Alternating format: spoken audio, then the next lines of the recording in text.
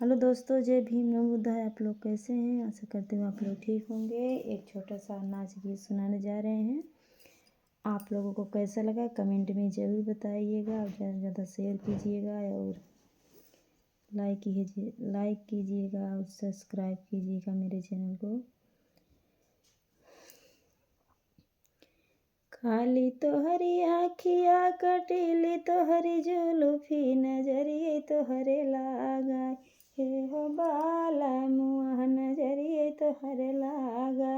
हे हो बाला मुआ नजरिए तोहरे लागा नजरिए तोहरे लागे नजरिए तोहरे लागे हे हो बाला मुआ नजरिए तोहरे लागा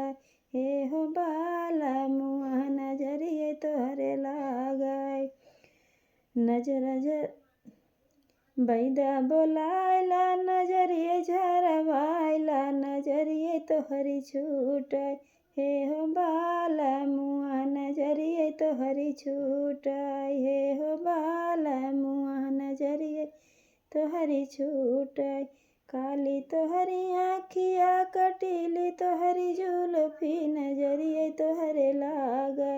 हे हो बाला मुआ नजरिए तोहरे लागे हे हो बाला नजरिए तोहरे लागे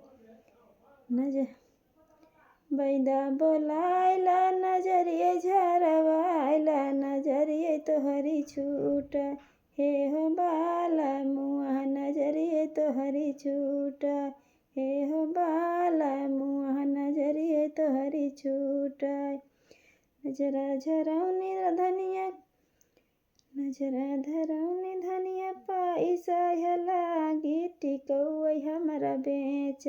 हे हो बाला मुआ टिकौई हमरा बेच हे हो बाला मुआ टिकौई हमरा बेच काली तोहरी आँखिया कटीली तोहरी जुल्फी नजरिए तोहरे लागे हे हो बाला मुआ नजरिए तोहरे लागे हे हो बाला मुआ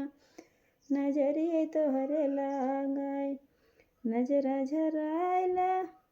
बैदा बोलाइला नजरिए झरवाइला नजरिए तोहरी छूटे हे हो बाला मुआ नजरिए तोहरी छूटे हे हो बाला मुआ नजरिए तोहरी छूटे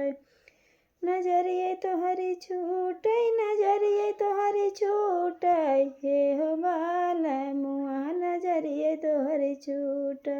हे हो बाला मुआ नजरिए तोहरी छूटे नजरा झरौनी धन पैसा न लागे हरौई हमरा बेच हे हो मोर पियवा हरौई हमरा बेच हरौई हमरा बेच हरौई हमरा बेच हे हो हमरे पियवा हरौई हमरी बेच हे हो मोर पियवा हरौई हमरा काली तोहरी आँखिया कटीली तोहरी जुल्फी नजरिए तोहरे लागे हे हो बाला मुआ नजरिए तोहरे लागे हे हो बाला मुआ नजरिए तोहरे लागे